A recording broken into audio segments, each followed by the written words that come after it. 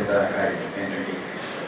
Este trabajo puede presentar, no sé realmente si es un trabajo de historia familiar, un paseo por París, una recorrida por la familia de la sociedad montevideana del principio del siglo XX, pero es un ejemplo de cómo los más variados materiales nos sirven para desarrollar una o varias historias familiares. Y también para ver cómo vivían y se divertían las clases altas uruguayas y argentinas en París mientras los soldados morían en las trincheras de la Gran Guerra. Todo comenzó hace ya algunos años, cuando Roberto Cataño me mostró una agenda del año 1917 que tenía para la venta y cuyo precio, por supuesto, era el dólar. Fue pasando el tiempo, de vez en cuando me daba una vuelta por el galeón y Roberto me decía, mire que sigo teniendo la agenda. Hasta que un día cerré los ojos y compré la agenda. En un principio, gran institución, porque al comenzar a leerla, la agenda hablaba de nombres propios, sin apellido, o de apellido, sin nombres propios, porque claro, el que escribía la agenda sabía a quién se estaba refiriendo, ¿verdad? La lectura de la agenda me atrapó inmediatamente.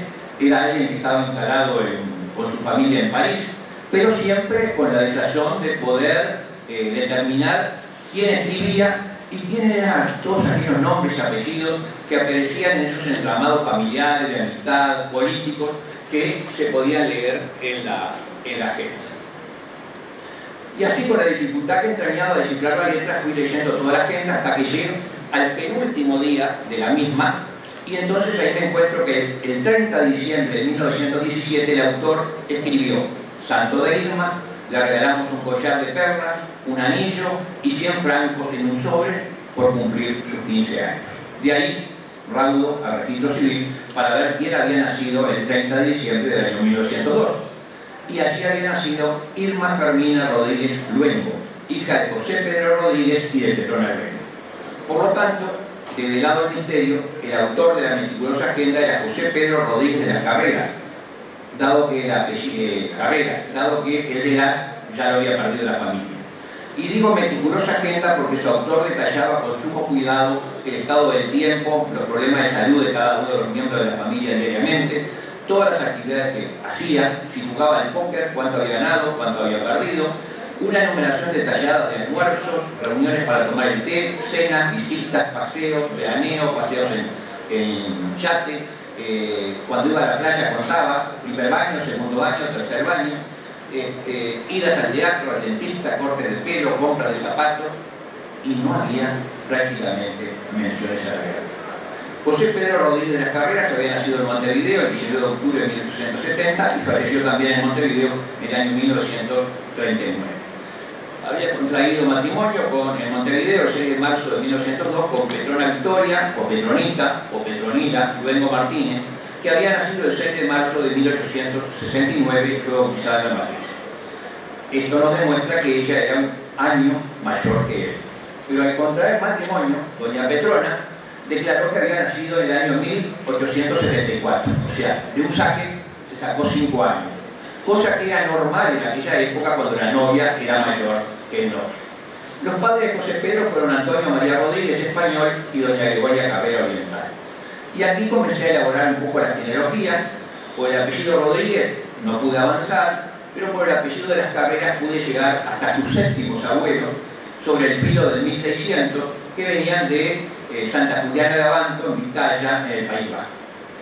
Su abuelo materno había sido Jorge II de las Carreras, hermano de Antonio, el ministro de Pereira y de Aguirre, que fue fusilado en Asunción en septiembre de 1868. Su bisabuelo había sido Jorge de las Carreras, que era hermano de Domingo, de Francisco y de José María, que habían llegado en la década de 1780 a Montevideo. Tuvieron una actuación destacada todos durante el periodo hispánico, por ejemplo, cuando las invasiones inglesas utilizaron el cuero de su barraca para tapar los agujeros que habían hecho en las defensas de Montevideo los ingleses. Y luego también durante el periodo de 1825 tuvieron su actuación destacada. Mientras que Petrona Luengo Martínez fue hija única de Manuel Luengo, español, comerciante, accionista del Teatro Solís, y de Fermina del Corazón de Jesús Martínez, oriental. Y aquí, por su genealogía, puede llegar hasta sus tatarabuelos. Su abuelo, José Pablo, había comprado el 20 de junio de 1834, conjuntamente con José Yauri y Francisco Antonio Vidal, una parte de la muralla de Montevideo, la parte interior del sur del portón de San Pedro. La escritura, que eran terrenos de gobierno, fue firmada por el presidente del ejercicio de la República, don Carlos Anaya, y por el ministro de Gobierno y Hacienda, Lucas José Gómez. Y ese va a ser el lugar donde a la postre la familia Rodríguez Luengo va a vivir y va a construir una serie de edificios, ¿verdad?, sobre lo que hoy es la calle Bartolomé Mitre y que en aquella época era calle del Cerro. Va a ser Petrona Pin, esposa de José Pablo, quien en homenaje a su esposo mandó construir el Panteón 223 del primer cuerpo del cementerio central, panteón construido por Levi. Ya Levi había construido la Estatua de la Libertad de la Columna de la Paz de la Plaza Cagancha y tenía muchísimas obras particulares realizadas, lo que nos da una idea del poder económico, ¿verdad?, de la familia.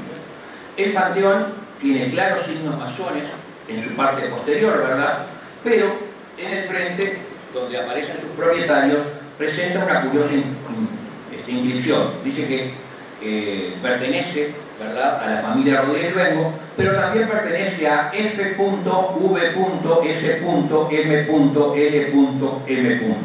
Alguien que ocultó su nombre detrás de esas iniciales y que consultado me han dicho que eso significaría soy el secretario de mi logia.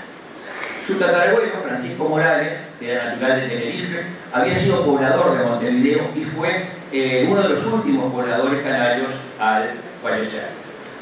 José Pedro tuvo varios hermanos: Antonio María Rodríguez, abogado, político, legislador, integró la Dirección Nacional de Instrucción Pública, diputado y senador por 7 legislaturas y constituyente del 16, autor del proyecto del Banco Hipotecario y luego su director.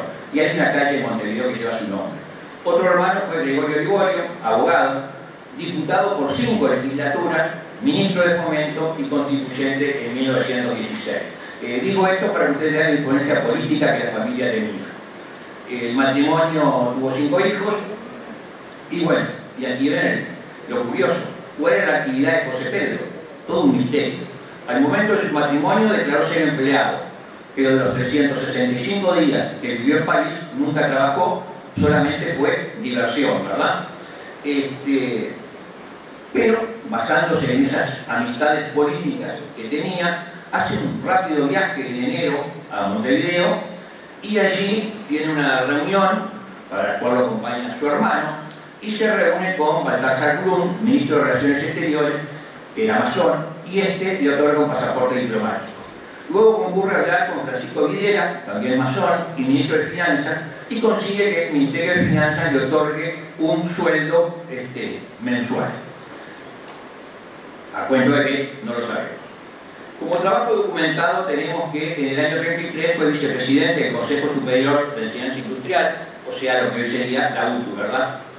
Y una vez fallecidos sus suegros, en el año 1905, Rodríguez pudo disponer de la fortuna de ellos y comienza la construcción de una serie de edificios en la Ciudad Vieja, calle Bartolomé Mitre 1410, que hoy es Monumento Histórico Nacional, y conocido como Vivienda Rodríguez, aunque si nosotros vamos al catastro municipal, la dueña era su esposa, Pedro Luengo.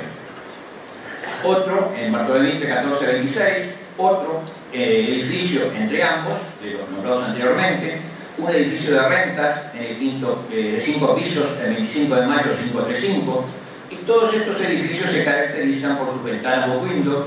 La vivienda de su domicilio parece que fue una de las primeras viviendas familiares de Montevideo que tuvo ascensor, y todos estos edificios son creados por un gran amigo, el arquitecto Horacio Acosta y Lara, construidos por la firma Guerrero, y todos ellos se destacan por sus condiciones arquitectónicas y figuran en las distintas guías de arquitectura de Montevideo. El de Bartolomé Mitre 1410 ganó el primer premio de concurso de frentes de la Intendencia de Montevideo del año 1906. Llama la atención el nivel de los contactos que él tenía, tanto en Montevideo como en París. Eran muchas las familias uruguayas que residían allí y muchas argentinas. Él tenía contacto con todos, asistía a las recepciones de la Embajada Uruguaya y a las recepciones de la Embajada Argentina, integró la Sociedad Francesa de América Latina y en París residió en ese edificio que vemos, calle Cardinet, número 17, un edificio construido recientemente, era del año 1913, donde también vivían allí, por ejemplo, los Barcia Capurro. Sus viajes los hacía en tren, saliendo siempre de la estación Gran d'Orsay, hoy Museo d'Orsay. Los viajes en barco los hacía el vapor Reina María Cristina, fíjense lo que era el lujo del salón comedor, el mismo barco en el que viajaba Borges y viajaba también Gardel, por ejemplo. Aquí podemos ver la lista de pasajeros de uno de los viajes que realiza, donde figura toda la familia, pero donde también figura su empleada, porque viajaban con ella, ¿verdad?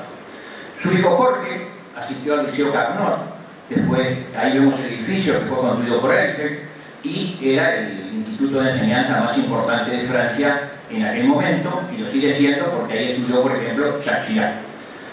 Concurría en el restaurante del Hotel Jorge VII, que lleva su nombre porque allí solía surgir justamente el rey Jorge VII.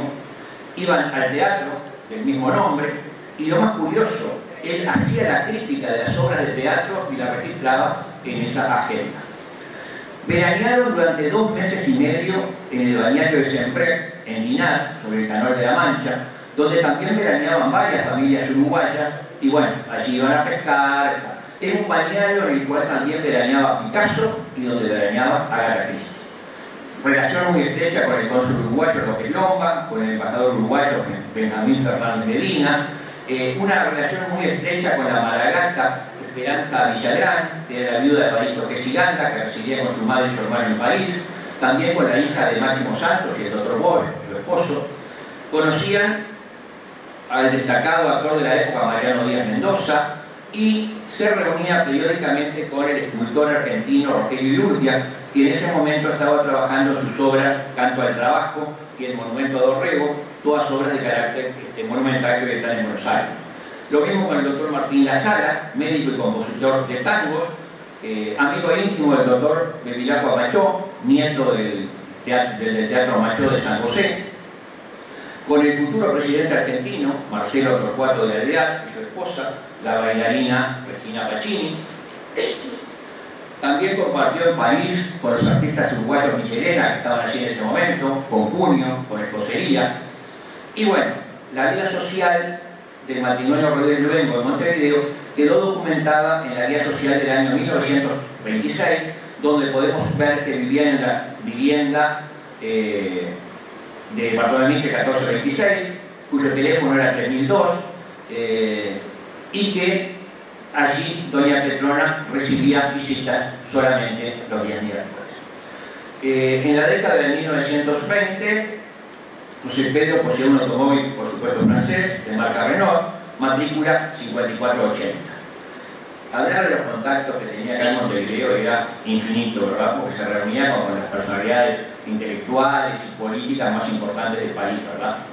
Pero esta agenda, además, nos sirve para describir otra serie de cosas. Por ejemplo, cosas que ya desaparecieron y que hoy no las tenemos. Por ejemplo, el corso de flores de Positos, la costumbre de reunirse para comer a la hora 18.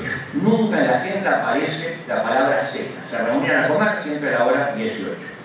La costumbre de tomar el té después del almuerzo, pero como una ceremonia distinta, que se podía hacer con las mismas personas con las que había almorzado o con otras distintas, ¿verdad?